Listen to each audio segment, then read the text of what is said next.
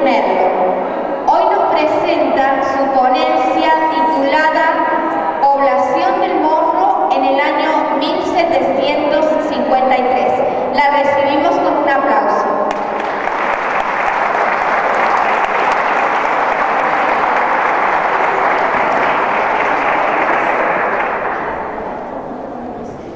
Muy buenos días para todos. Hemos traído un tema que prácticamente ha sido muy poco trabajado por los historiadores de San Luis y desconocido por los genealogistas. Digo desconocido porque normalmente los genealogistas toman 1178 el primer censo realizado, que es el que han encontrado en Chile o en España. Y es el que trabajó también el profesor Furcade en una de las primeras jornadas de historia de la provincia de San Luis allá en Merlo. Bueno, la novedad es que en 1753 se realizó realmente una matrícula, un empadronamiento de aquellos vecinos de esa época. Y dije, tenía que traer algo así, algo más novedoso precisamente para esta población y para este hermoso encuentro, este primer encuentro de historiadores. Y por supuesto desde ya estoy felicitando a la Junta de Historia Morrense por la iniciativa de haber creado la Junta e inmediatamente llevar a cabo un evento de esta jerarquía con el esfuerzo que eso implica. Y se lo dice alguien que viene trabajando ya en 12 jornadas de la provincia de San Luis y sé lo que realmente implica todo esto. Bueno, la población Frontera Morro, y ahí estamos hablando con propiedad, porque es el nombre con el que aparece en los viejos documentos.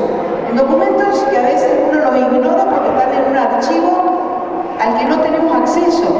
Es muy difícil para los historiadores trabajar en esos archivos que no están digitalizados y que hay que buscar entre medio de todos esos documentos. Y esto está en Chile, en Santiago de Chile. Entonces por ahí seguimos hablando de lo que viene publicado de distintos autores y volvemos a reiterar y repetir lo que escribió hace años Juan W. o lo que escribió después Urbano Núñez, con todo el respeto que me merecen. Pero la historia hay que renovarla, porque eso es vivir la historia y volver a renovar y reescribir y descubrir nuevas cosas. Eso es a lo que siempre estoy apuntando. Pásate la siguiente, por favor. Vamos a buscar los antecedentes antes de entrar específicamente a lo que es la matrícula de 1753. Y para esto sí me baso en un trabajo publicado allá por la vieja Junta de Historia de San Luis, Julián Barroso Rodríguez. Julián Barroso Rodríguez fue un historiador al que yo admiro profundamente y cada vez que vuelvo a releer esa vieja encomienda me encuentro con novedades sumamente importantes. Esa vieja encomienda que perteneció, se la había dado en 1627 a Domingo Amigo Zapata, un vecino de la zona ya de Mendoza, alguien que había nacido si bien en España, pero estuvo en Mendoza, vino y le dieron la encomienda de tierra a través de Chile, por supuesto. En 1627 le dan la encomienda por 2 vías, pero se olvidaron de confirmar la encomienda realmente para la segunda vida. La cuestión es que Domingo Amigo Zapata no estuvo en realidad radicado acá, pero sí sacaban los indios, se llevaban, o sea, empieza el despoblamiento, porque estaba muy habitado con mucha gente, pero se empieza a despoblar. Y no solamente se llevaba esos aborígenes hacia la zona de Chile, sino que también los alquilaba a la provincia de Santa Fe. Cuando él se quiere postular con un cargo en el Cabildo, vino la negativa por parte del Cabildo de San Luis y le dijeron, no señor, si bien usted figura como vecino feudatario de San Luis, porque le correspondía por tener encomienda, usted nunca habitó en la provincia de San Luis. Entonces le empiezan a poner recelos y encima lo acusan de haberse llevado a los indios encollados, directamente los llevaban en collera, lo llamaban en aquel momento, prácticamente como prisioneros, y los sacaban de su tierra. Entonces se oponen y bueno, continúa en el cargo Pedro Pérez Moreno, que había estado, que era más respetado en la zona de San Luis. Así que rechazan la designación de Domingo a morir en Mendoza, pero antes incluso de morir había muerto su hijo, que se llamaba Francisco. Por lo tanto, el nieto, el único nieto, que es Faustino Zapata, era a quien le correspondía la segunda vida de la encomienda. Pero Faustino era muy pequeño cuando muere. Primero su padre en el Perú y luego su abuelo.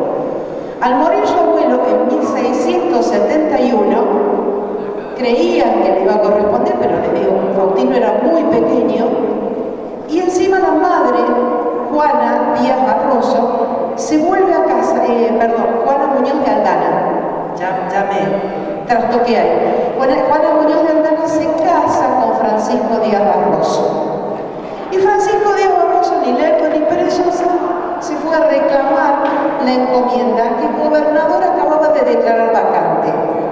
El gobernador de Chile declara vacante en 1677 la encomienda de Domingo Amigo Zapata, y muchos vecinos de aquella entonces pensaban que esa encomienda de declararse vacante, el padrastro se la iba a dejar a Faustino. Pero no, Francisco Díaz Barroso no tenía ningún interés de dejarle a su hijastro esa encomienda. La reclama él y encima hace la confirmación real. Cuando Faustino crece y quiere reclamarlo, ya había sido declarado vacante, había una confirmación real, era imposible recuperarla. Y acá me aparece un pequeño pasaje dentro de lo que comenta en el trabajo Julián Barroso Rodríguez, donde dice, después, poco tiempo después, que encima no logra nada, inicia todo un juicio, hay gente que declara, que decía que Francisco Díaz Barroso había tenido en sus manos el testamento de Domingo Amigo Zapata, él lo niega, dice que nunca fue a Albacea, nunca tuvo el testamento, o sea, hay todo un conflicto bastante largo. La cuestión es que llega el momento en que dice, bueno, ya se cansó Faustino y decide entregarle a su madre y a su padrastro, Francisco Díaz Barroso, las tierras del Morro y del Morrillo. Dije, bien, entonces sabemos dónde está ubicada realmente la encomienda de Domingo Zapata, porque parecía que estaba en el aire, si era la zona de San Luis, ¿dónde estaba? No, estaba en esta zona, realmente correspondía a este sector. Bueno, Francisco Díaz Barroso recibe la encomienda y se establece en esta zona, no en forma permanente, porque él tiene también que atender la zona de San Luis, y él cuando pide la encomienda, la pide porque está reedificando la iglesia matriz de San Luis. Y utilizaban a veces hasta los indios que se llevaban para ayudar a la iglesia. Entonces ahí es que se le da la confirmación real, por eso todo, pero él tiene su estancia acá, tiene su ganado, y en muchos documentos que encontré en el Archivo Histórico de San Luis están distintas transacciones comerciales donde habla del tema del ganado que se llevaba a Chile. Algunas veces pudo cumplir, otras veces no, pero tenía acá su estancia, tenía una gran cantidad de animales, y lo mismo hacían las vaquerías, iban a buscar el ganado cimarrón desde el sur, lo traían a esta zona, tenían la época de pastaje y de acá se lo llevaban hacia Chile. Eso era lo que se dedicaba Francisco Díaz Barroso, que vivía alternadamente en su estancia en esta zona y en el sector de la ciudad de San Luis, específicamente en la ciudad de San Luis, porque después la merced de tierras que va a recibir Francisco Díaz Barroso es lo que algunos de ustedes tienen que haberlo conocido, la vieja Casa de Gobierno de San Luis, o sea, ubicado frente a la plaza principal, toda esa zona que después va a pertenecer a los jesuitas, que los herederos se lo dejan a los jesuitas, es las tierras que le pertenecieron a Francisco Díaz Barroso. Ahora sí, pasaré a la cuestión de que esa primera matrícula la empiezo a investigar en una noche de invierno, allá que me desvelaba y me ponía a leer viejos libros en la computadora a través de internet. Encuentro un trabajo en esta revista de historia americana de dos autoras mendocinas, Marta Duda de Rosas y Marta de Herrera, donde es el único trabajo que encontré que mencionaba ese tema de esa matrícula, y que era realizada por Eusebio de Lima y Melo, 1753. Y este señor había recorrido Renca, El Morro, Punta del Agua y Piedra Blanca. Y después, como quien no quiere la cosa, también pasó por San Luis. Entonces dije, tengo que profundizar esto. Hay un cuadro, hay una cantidad de pobladores, me mencionan los negros, los esclavos, los mestizos que había, hasta los indios, los pocos indios que habían quedado. Dije, necesito conocer cuáles eran las personas que habitaban realmente toda nuestra provincia. Sí. Así es que vamos hacia Chile, vamos a la otra, ahí está. También para eso, por supuesto, debemos recordar que nuestra jurisdicción pertenecía a la región de Cuyo y lógicamente a la gobernación de Chile. Pero los mismos gobernantes chilenos no sabían exactamente cuáles eran los límites. En los viejos mapas nos aparece por ahí que el límite es el río Conlara y estaba en duda si era el río Conlara, estaba en la sierra. Los límites eran medio imprecisos. Ellos ya tenían organizada la ciudad de San Luis, la ciudad de Mendoza, la ciudad de San Juan, luego viene la ciudad de San Luis, discutimos aparte si estaba o no estaba fundada, si había gente o no había gente, esa es otra cuestión, no voy a entrar a ese tema, pero ya había también mucha población dispersa. Sabemos los más viejos historiadores que siempre hablan que la Ezequiela vino. La cuestión es que lo que yo me encuentro con este trabajo, que la Ezequiela se negó a venir al principio, no quería cruzar la cordillera, no tenía ganas de hacerlo, viene después. Por eso es que mandan al teniente corregidor Eusebio de Lima y Melo, acompañado de su escribano Francisco de Videla. Llegan a esta zona, recorren y empiezan por Renca primero. Pásame a la siguiente, por favor. Bueno, ahí tenemos ya un cuadro de estadística que sí fue publicado en el trabajo de estas mujeres que mencioné, aunque tengo diferencia porque cuando me puse a comparar los nombres siempre encuentro, soy maniática en eso, siempre encuentro algún error. Me encanta encontrar los errores, ya es costumbre que tengo. Acá sí tengo ya la población matriculada bien, qué cantidad de población tiene Frontera al Morro en ese momento, 241, es una cifra que no me coincide con el resto, pero bueno, es lo que tenía. Piedra Blanca con 405, Nuestra Señora de las Mercedes, que sería Punta del Agua, con 198, y Renca, que es la más poblada, con 929. Además está decirme que transcribí todos los nombres, tengo los nombres completos de esas 4 poblaciones con todas las personas que estaban habitando. Son núcleos familiares. Son núcleos familiares donde aparece el jefe de familia, la esposa y los hijos o criados que tienen, o esclavos o indios que estaban conviviendo con ellos. Sí. Ese mapa es el que aparece fuera del expediente, pero que realmente y claramente pertenece a esto. También está, buscándolo bien, digitalmente se puede llegar a encontrar en la parte de Chile, todavía aparece.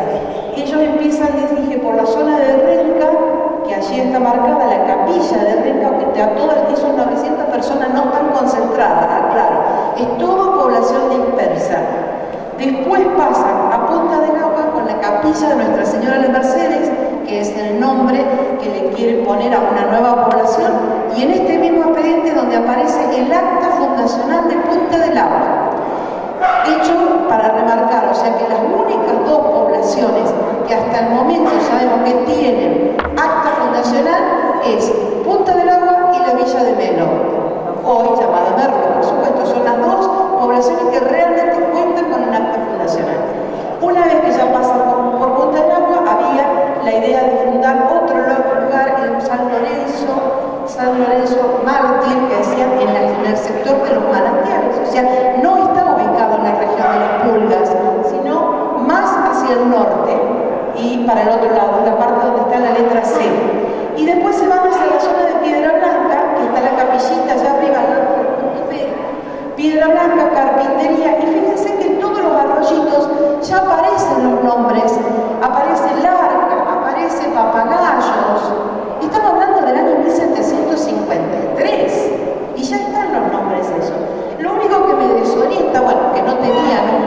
un buen criterio en la cartografía y que realmente no tenían noción de los espacios y demás, que acá en la parte norte aparece San José.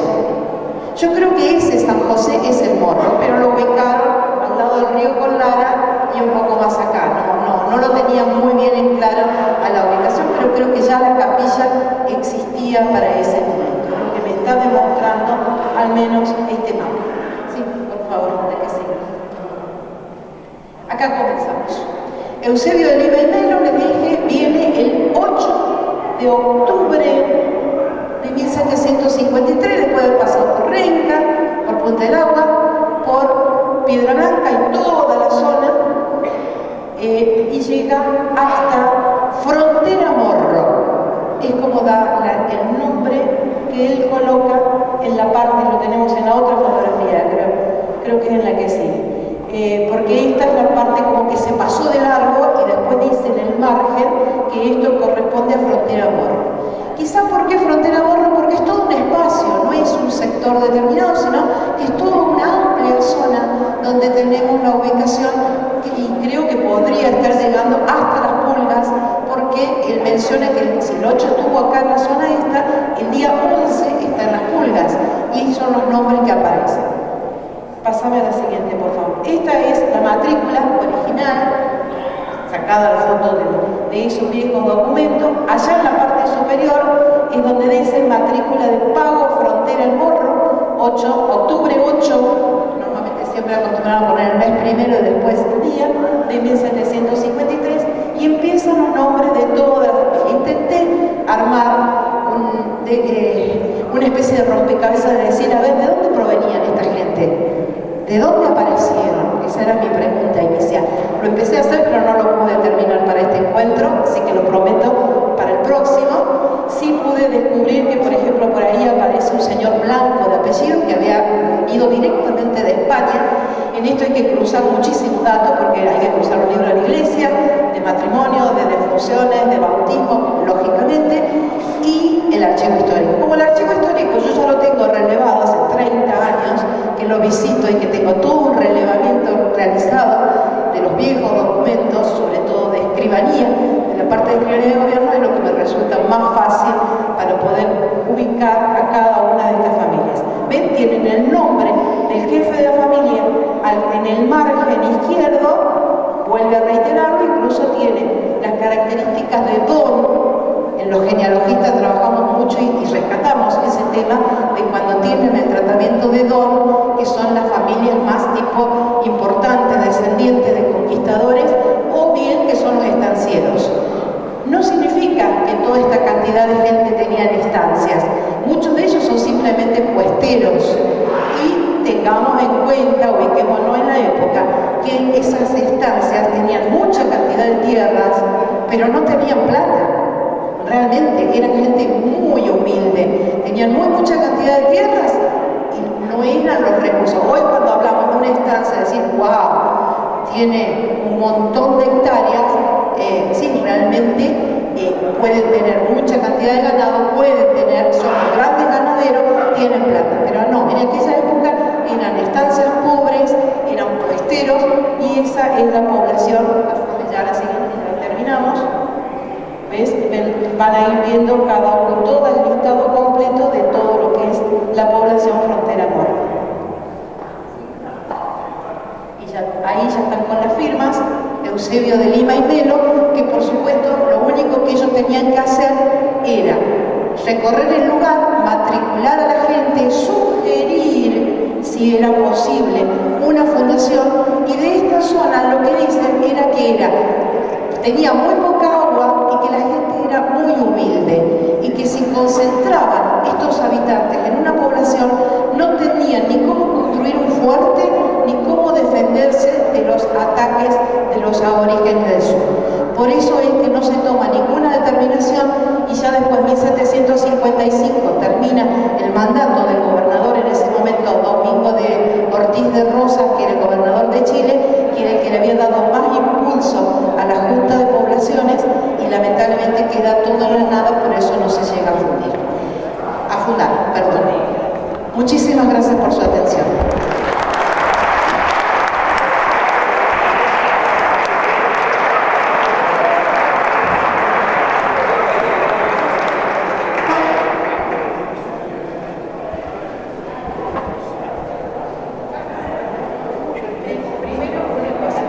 Primero, lo que me estaba olvidando, sí, a partir ahora de mediados de septiembre.